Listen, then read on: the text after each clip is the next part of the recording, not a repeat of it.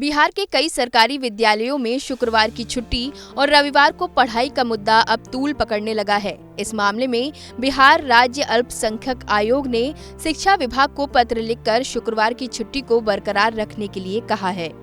बिहार राज्य अल्पसंख्यक आयोग के पीआरओ फारूकी जमा का कहना है कि लिखे गए पत्र के साथ साथ 1930 की नियमावली को भी संलग्न किया गया है, जिसमें उर्दू स्कूलों में जुम्मे की नमाज को लेकर शुक्रवार को विद्यालय बंद की जाती रही है और संस्कृत स्कूलों में हिंदी महीने की प्रतिपदा और अष्टमी को बंद रखने का निर्देश है।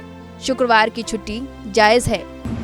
सरकार को हमने लेटर लिखा है कि बिहार शिक्षा संहिता में ये 265 में ये 7 में जो उल्लेख ये किया हुआ है, उसमें पूरा हॉलीडेज के बारे में पूरा डिटेल्स लिखा हुआ है और उसमें ये लिखा हुआ है, नोट में ये लिखा हुआ है कि जो अन्य स्कूल हैं वहाँ फ्राइडे को बंद रहेंगे और जो मोहम्मदन स्कूल हैं, अब उर्दू स्कूल हो गया क्योंकि 1930 का वो लेटर है, उसका रेफरेंस देकर किया गया है, तो उसमें ये स्पष्ट उल्लेख है कि उर्दू स्कूलों में फ्राइडे को बंद रहेगा और जो संस्कृत विद्यालय हैं उसमें ये वीक में 2 यानी एक प्रतिसंपदा और एक ये अष्टमी, तो इसमें वो उल्लेख है। उसी के आधार पर हमने शिक्षा विभाग को लिखा है कि उसी के आधार पर एक जो है दिशा निर्देश जारी कर दिया जाए कि जो लोगों में भ्रांति है वो भ्रांति दूर हो सके।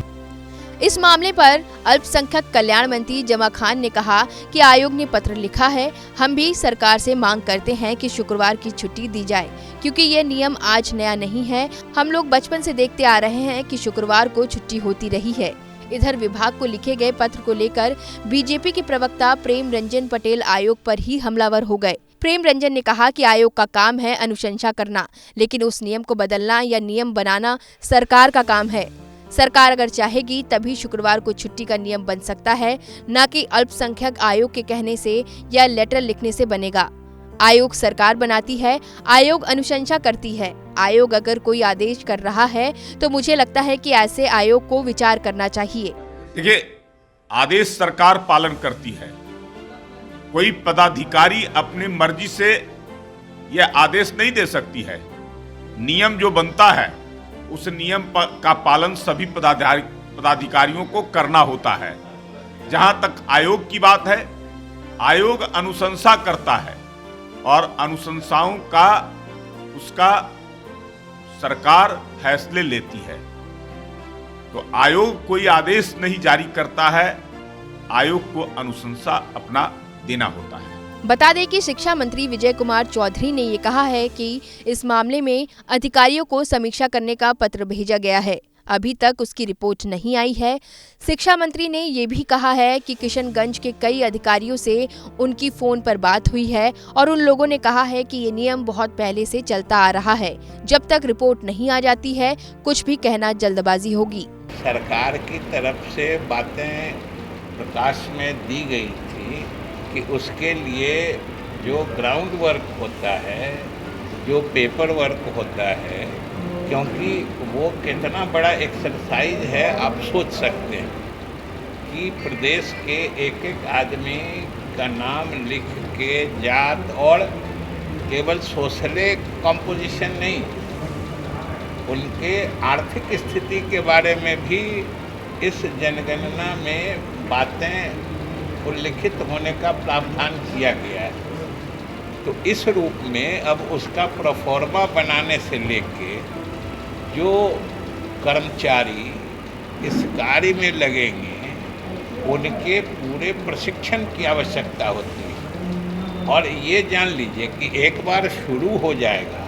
तो हमारे पास सरकार के डिस्पोजल पर इतने कर्मचारी सरकारी जरूर हैं कि एक बार शुरू हो जाएगा फिर 15 दिन में पूरा हो जाएगा, लेकिन त्रुटि रहित यानी फुल प्रूफ ढंग से ये शुरू कैसे हो, उसके लिए सबसे अधिक आवश्यकता होती है कि जो प्रोफॉर्मा बने, जिसमें लोगों से सूचनाएं एकत्रित की जाएंगी, तो वो बाज़ाब्ता पक्का हो, वो ठोस हो।